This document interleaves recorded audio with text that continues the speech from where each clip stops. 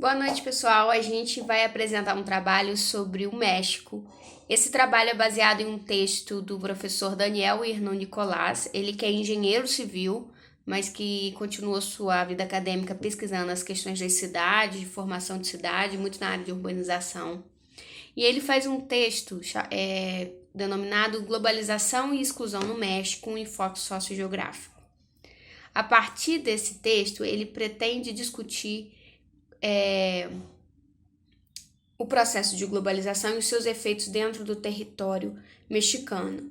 E ele começa fazendo isso com uma crítica aos estudos de globalização, que, na visão dele, tendem a fazer essa investigação a partir de um ponto de vista macro, geralmente associado à economia, porque também permite essa investigação do ponto de vista macro, né? Que acaba perdendo os fenômenos que acontecem em menor escala.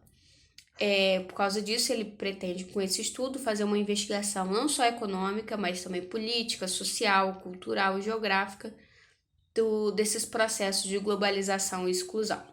Então, para começar, ele fala do período antes da globalização e como que o território mexicano é um território diferente nesse período. Só para pontuar aqui, qual período é o período antes da globalização para o autor? Ele faz um marco em 1982, a gente vai ver logo depois o motivo. Ele vai dizer que até 1982 a economia mexicana ainda era uma economia fechada ou aberta restritivamente, com muitas restrições. Então, até aí, o México não estava inserido dentro desse contexto de globalização. E ele começa a falar a partir de 1910 e do projeto de desenvolvimento nacional que surge com a Revolução Mexicana de 1910. Ele vai afirmar que o projeto nacional de desenvolvimento mexicano ocorrido após a Revolução de 1910, ela mantém uma tendência da própria forma que se organizou tanto o partido quanto os sindicatos logo após a Revolução, que foi uma tendência centralizadora e que isso teve consequências no território. Esse mapa aí do México que eu vou começar a falar, ele vai falar que todo o projeto nacional se desenvolveu em torno da cidade do México, que acabou concentrando a maior população nesse período. Ele vai destacar outras duas cidades, Monterrey, ali mais ao nordeste, e Guadalajara, mais ao sudoeste, que também tiveram um papel nesse processo, mas ele vai destacar que foi um papel secundário, perto do que aconteceu na cidade do México. Como o autor explica, a concentração ela acontece tanto do ponto de vista populacional. Em 1940, a cidade do México tem 1 milhão de habitantes, cerca de 1 milhão de habitantes. Em 1980, esse número pula para 15 milhões de habitantes, o que a autora afirma que é o maior processo de concentração urbana numa cidade latino-americana.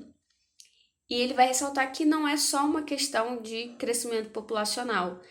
A cidade do México, ela concentra também a maior produção de riqueza, né? Porque essas cidades que surgem dentro desse momento são cidades que se estruturam no modelo urbano-industrial, concentrando atividade industrial e produzindo a maior parte da riqueza do país. Esse tipo de formação de território tem duas consequências. O autor vai destacar que ele causa um crescimento econômico, né? Ele tem como consequência o crescimento econômico, mas ele traz nesse contexto um desenvolvimento regional desigual, principalmente em relação às regiões ao sul da cidade do México. Essa desigualdade regional se torna um problema, mas ela não é a única desigualdade, o único problema que se enfrenta no México, porque essa concentração de pessoas dentro das metrópoles também causam uma desigualdade urbana, né? Nos acessos aos serviços, da qualidade de vida. Então, dentro desse projeto nacional, eles tiveram que lidar com dois grandes problemas, a desigualdade regional e a desigualdade social dentro das cidades. Qual é a proposta desse governo, desse desenvolvimento para isso? Ele busca resolver o problema da desigualdade a partir de grandes projetos promovidos pelo Estado. São projetos multimilionários que tentam levar desenvolvimento para outras regiões e que tentam intervir socialmente para diminuir a desigualdade. E o México fez isso. A partir de um primeiro momento, ele faz isso com endividamento, ele pega dinheiro emprestado para isso, para esses grandes projetos.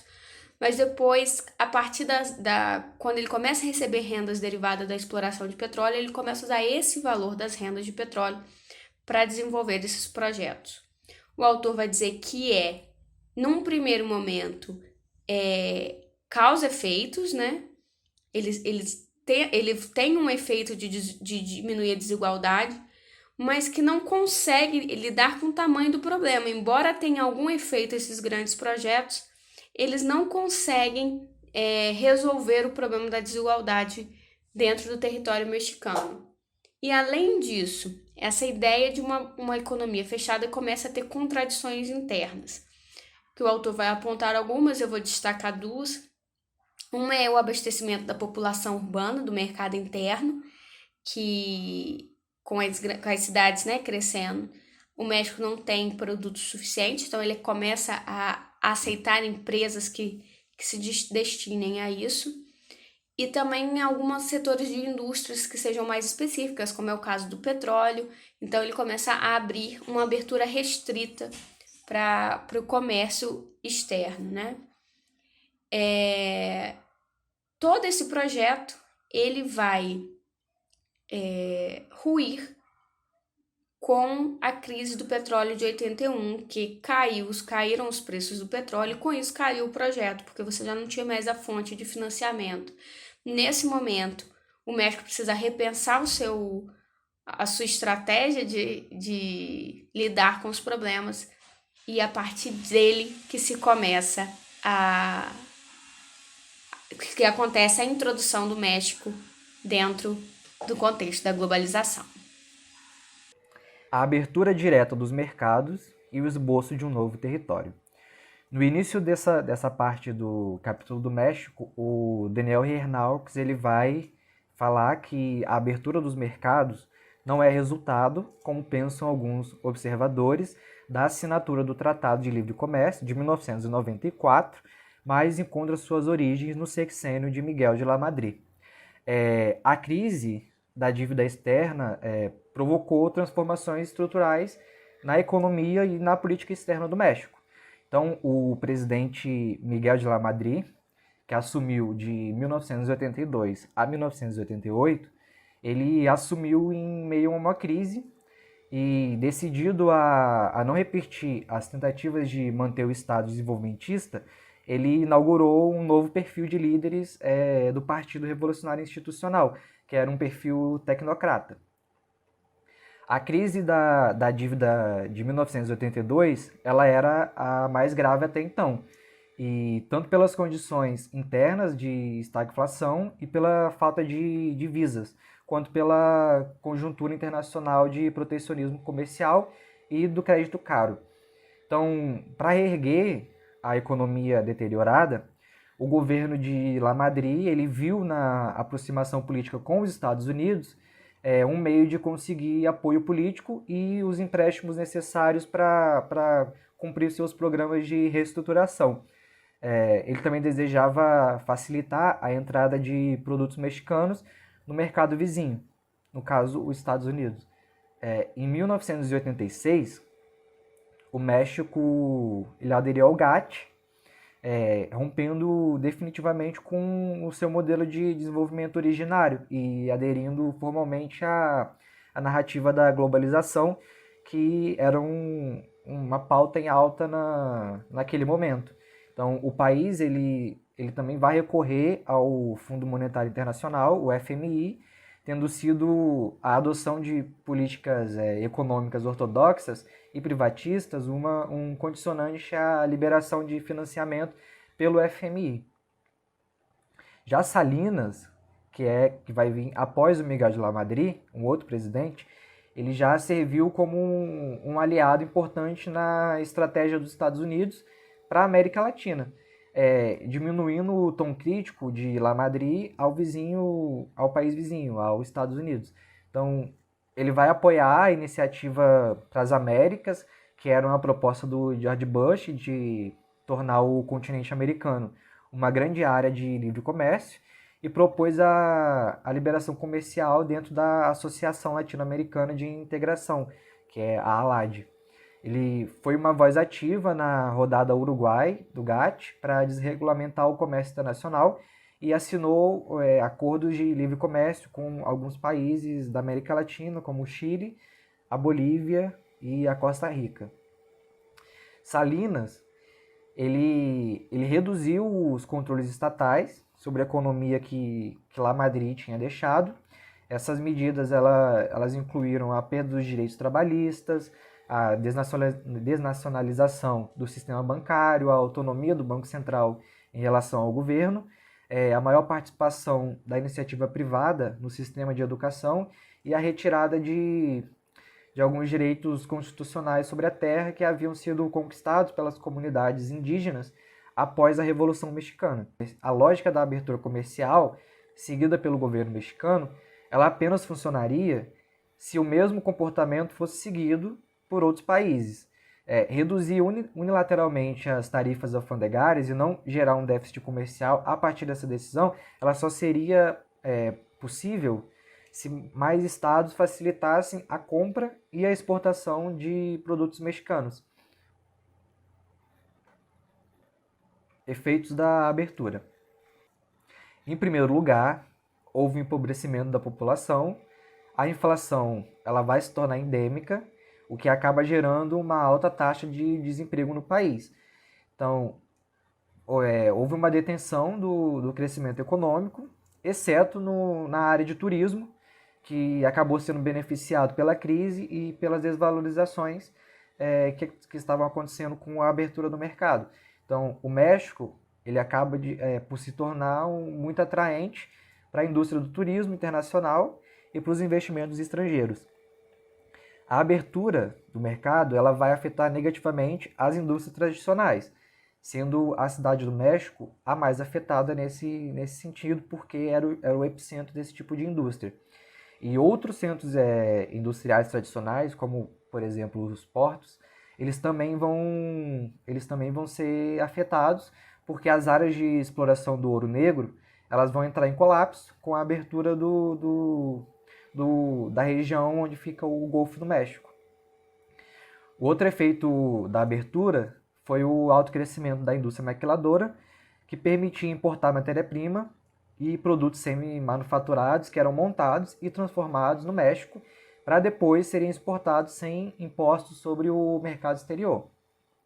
Mas um ponto importante com relação à indústria maquiladora é que o trabalho empregado na produção, apesar dos produtos finais eles serem bens de alta tecnologia, a maior parte do trabalho empregado ele não é de mão de obra qualificada e possui baixos salários. Então, apesar do salário reduzido, esse tipo de indústria que é voltada para a mão de obra barata, que depende do mercado importador, ela tende a sofrer com a forte concorrência do mercado asiático, como no caso da China e do Vietnã, que são países que costumam ter a mão de obra mais barata e, portanto, vão conseguir exportar esses mesmos produtos que seriam produzidos no México, só que com preços menores. Dessa forma, o país fica sob risco de efeitos negativos relacionados à saúde da economia dos países importadores e também à concorrência no mercado internacional. Mas, entretanto, essa vai ser a forma de industrialização que vai se tornar uma realidade a partir de 1982. Boa noite, pessoal. Eu me chamo Tatiana e eu vou prosseguir com a apresentação do trabalho.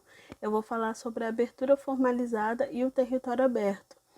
Ambos vão se consolidar entre os anos de 1988 e 1994. No entanto, eles terão início no governo anterior, que foi o governo do Miguel de la Madrid, que dura de 1982 a 1988. Durante seu governo, Miguel de la Madrid promove um alinhamento entre as políticas socioeconômicas do México com as demais políticas socioeconômicas, em que o autor vai dizer que são as políticas socioeconômicas dos países de fora. E também há um novo processo de distribuição do território. Toda essa conjectura na qual o México está inserido provocará conflitos entre dois grupos da sociedade mexicana. O primeiro é a população mexicana, que busca eleger um governo de esquerda a fim de que eles possam atender às suas necessidades. E o segundo são os atores internacionais, os quais querem cada vez mais que o governo neoliberal se firme no poder, podendo assim promover um estreitamento entre os laços comerciais do México com os Estados Unidos. Todo esse processo será muito aproveitado ou será muito benéfico para o governo do Carlos Salinas, que vai ser no período do seu governo em que a abertura formalizada e o território aberto serão consolidados.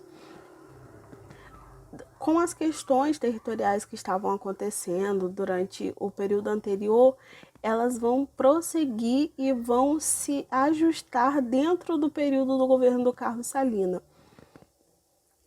Pensando nessa questão do território, um processo que ocorre dentro do seu governo é a Marcha para o Norte. A Marcha para o Norte, ela promoveu uma mudança no setor de exportação. Em que sentido? As questões industriais eram muito desenvolvidas próximo à Cidade do México, que é a capital mexicana. E a Cidade do México, ela fica entre o centro e o centro-norte do país.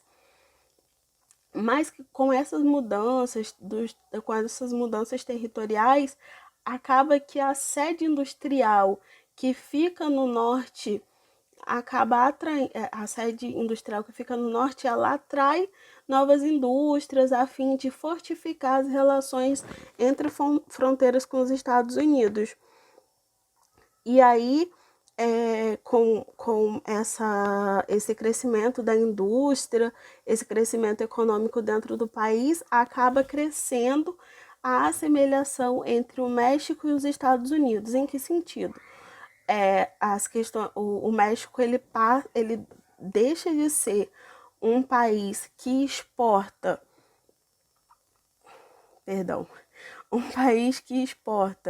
produtos agrícolas e matérias-primas e passa a exportar produtos industriais, o que já era fortemente feito nos Estados Unidos. Nesse sentido de assemelhação com os Estados Unidos, também há o processo de assemelhação na forma de se viver. O México, a forma de vida mexicana, ela passa a ser muito semelhante à dos Estados Unidos, o que seria interessante para a população que busca ainda mais se industrializar. As grandes cidades do norte estavam radicalmente abertas para o norte. Em que sentido? As grandes cidades que faziam parte da região norte do país, elas estavam altamente abertas a estar nesse norte industrializado. Elas não se fecharam, elas não se voltaram contra esse processo de industrialização, muito pelo contrário, elas incentivaram, elas fomentaram a industrialização nos seus espaços. E como eu já havia dito, Monterrey, que é a cidade sede da industrialização, antes da abertura, ela sofre, durante o processo de abertura, ela sofre um processo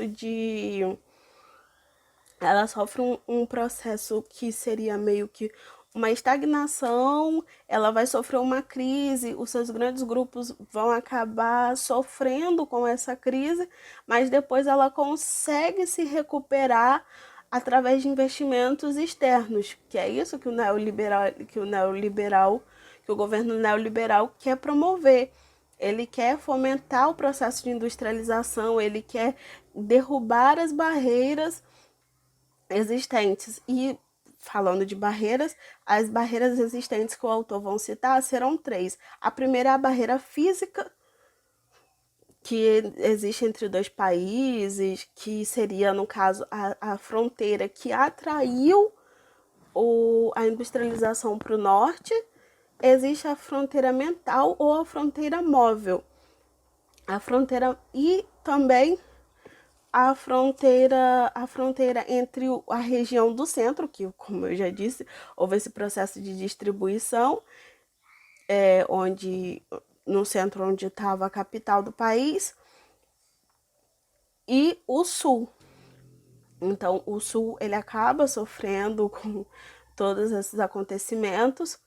O o centro ele acaba se mantendo por conta da capital, porque a capital ela também vai se afirmar como uma capital importante ali da produção industrial, e o norte ele vai ele vai sofrer de certa forma um boom na questão da abertura das fronteiras. E aí, mais falando para o fim do sexênio, nós vamos ver que dura de 1988 a 1994. O fim dele ele foi marcado por, acho que a gente pode dizer que pelo objetivo alcançado do México, que seria essa questão da queda da queda das fronteiras, das quedas das fronteiras comerciais, e aí eles começam a estar mais presente ainda no processo de industrialização, numa evolução econômica. Oi, gente, tudo bem? Boa noite. Eu sou Júlia Vitória e eu vou fazer a conclusão aqui do trabalho do México. Da gestão da crise e a integração crescente de 1994 aos anos 2000. Bom, a primeira coisa que eu tenho a dizer é que o sexênio do presidente Zedillo ele não foi muito diferente dos anteriores, e talvez possa ter sido também por questão que assim que assumiu a presidência em 1994, houve uma grande crise financeira no México, que foi conhecido a nível mundial como efeito tequila, onde houve a desvalorização do peso, tá bom? Que é a moeda mexicana. E em contrapartida também os Estados Unidos não estava passando por um momento muito bom economicamente. Logo após também veio o atentado às Torres Gêmeas, vieram alguns conflitos aí com os Estados Unidos, tá? E, bom, houveram alguns processos que acabaram levando o México a cidade do México como um processo globalizador.